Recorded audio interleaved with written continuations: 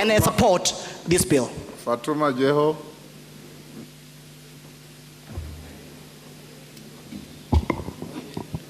Thank you, Mr. Speaker, for giving me this opportunity. I rise to oppose this bill, Mr. Speaker. Mr. Speaker, there is no doubt that we are on an economic downturn. Our economic is collapsing. Mr. Speaker, today, if we were given this bill and none of us were a member of this honorable House, I can assure you none of us could have passed this bill. I say that, Mr. Speaker, because of few reasons. I'll start with the housing levy, Mr. Speaker. I've just looked at the report, and they are telling us they have proposed 1.5, Mr. Speaker. And looking at the report, they are telling us they are going to build 50,000 affordable housing. I would like to ask these honorable members and the chair of this committee, have you given us the timeline of this proposed affordable housing? What is the budget, Mr. Speaker? How many Kenyans are they going to be occupied in these 50,000 houses out of the 50 million Kenyans we have? I would like to take an example of a pay slip of a teacher or a police officer, Mr. Speaker. Mr. Speaker, I wish I came with a pay slip of a teacher. These people are serving so many loans, Mr. Speaker. We are adding for them a housing levy of 1.5. How are they going to pay, Mr. Speaker? Our police officers are dying out of depression because of the loans they are paying. We cannot add for them, Mr. Speaker. Mr. Speaker, I would like to say collecting and taxing the citizens is not a bad thing. But it's not the right time for the people to be taxed.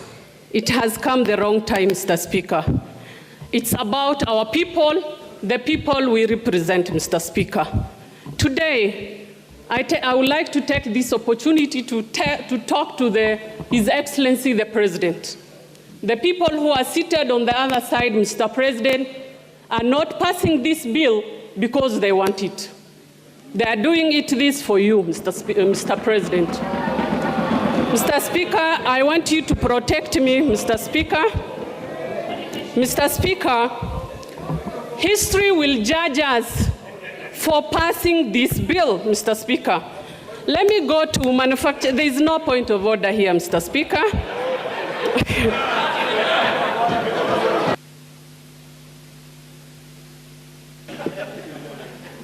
Point of order, Honorable Speaker. Honorable Speaker, we are debating the report on the Finance Committee. No, we are debating the finance bill. Give him the mic. Honorable Speaker, it is not in order for the Honorable Fatuma to impute improper motives on her colleagues as far as this House is concerned in terms of the debate. He's saying we want to please the President. Honorable Speaker, this bill is not owned by the President. It is owned by this House, Honorable Speaker. And she has an opportunity to support or oppose. And the majority will have their say. Minority will have their way. Minority will have their say. So it is wrong for her to impute improper motives on our colleagues and say we want to please the President. I mean, really, it's wrong. It's an insult to the colleagues. It's an insult. And she doesn't even come to the House. Order. Fatuma, each member is here in their own right. So restrict yourself to the bill. Okay, thank you, Mr. Speaker. I will continue by what I was saying, Mr. Speaker. I am here as the county MP for Wajir. I'll speak out my mind and I'll say what I think is right, Mr. Speaker. Mr. Speaker, I'm here courtesy of the people of Wajir and I represent Kenyans equally, Mr. Speaker. Mr. Speaker, I would like to touch on the manufacturing. There is no doubt that the manufacturers are leaving Kenya, Mr. Speaker. Today's paper, We have seen the billionaires are leaving Kenyans. It has come to our attention. Most of us, we need to do something, Mr. Speaker. If you look at M-Pesa, right now the government is spying on our M-Pesa transaction, Mr. Speaker. We cannot even deposit 100,000 on our M-Pesa account because it's taxed, Mr. Speaker. Honorable members, we just need to put our foot down and just think, for heaven's sake, Mr. Speaker. It's not about which party you belong to. What's your point of order? Give the mic to Honorable Kagombe. Yes, there you are. Mr. Speaker, again, I rise on standing order number 91.1. And when you say, that is a very grievous accusation of the government, that the government is spying on Kenyans on M-Pesa. That is something that needs to be substantiated because this House has a responsibility to debate such a breach of privacy of Kenyans, and therefore the honorable member cannot just stand here and talk about it and move on. So we need to substantiate what you're saying. Number two, we are discussing the finance bill, Mr. Speaker. And this finance bill, Mr. Speaker, has got nothing to do with the issues that she's raising. That is an issue that she can come and she knows the way to raise such and address and such an issue to this House. A proper way of raising it through a motion or through a bill, Mr. Speaker. Thank you. Fatuma, wind up. Your time is up. Thank you, Mr. Speaker. When I talk on M-Pesa, I'm talking on technology, Mr. Speaker. I'll leave it at that, Mr. Speaker. I'll go to food security, Mr. Speaker. We are doing VAT fuel on 16%.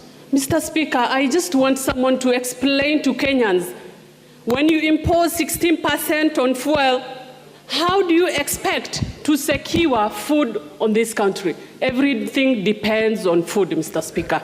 Mr. Speaker, as I sit down, Mr. Speaker, sorry, I've been interrupted and I've forgotten a few things. Mr. Speaker, we need to earn the trust of Kenyans, Mr. Speaker. We remember what happened, the Gulwana Kulalu project, the millions and the trillions shillings that were spent on that. Mr. Speaker, as I said, we need to get the confidence of the Kenyans.